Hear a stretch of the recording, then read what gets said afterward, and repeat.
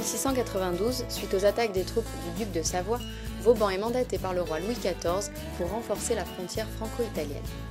Le plateau des Mille Vents, carrefour stratégique s'ouvrant sur les vallées de Vars, du Queyras et de la Durance, lui apparaît comme un endroit idéal pour édifier une place forte imprenable.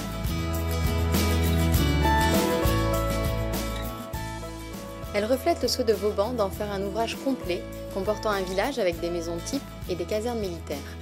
C'est maintenant un endroit de choix pour la contemplation de paysages somptueux.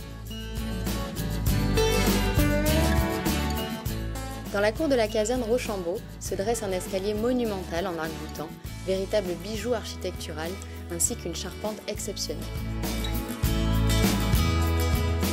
À proximité se trouve l'arsenal, lieu d'entrepôt et de réparation des armes, la poudrière ou encore l'église inachevée de Saint-Louis qui devait accueillir les 3000 habitants de la place forte.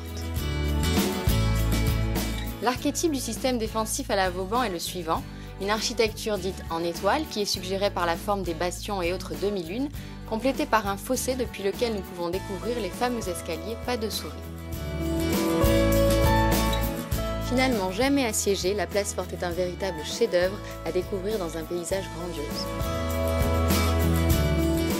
Entre l'école mythique du Galibier et de l'Izoard, la ville fortifiée de Briançon est le passage incontournable de la route des Grandes Alpes.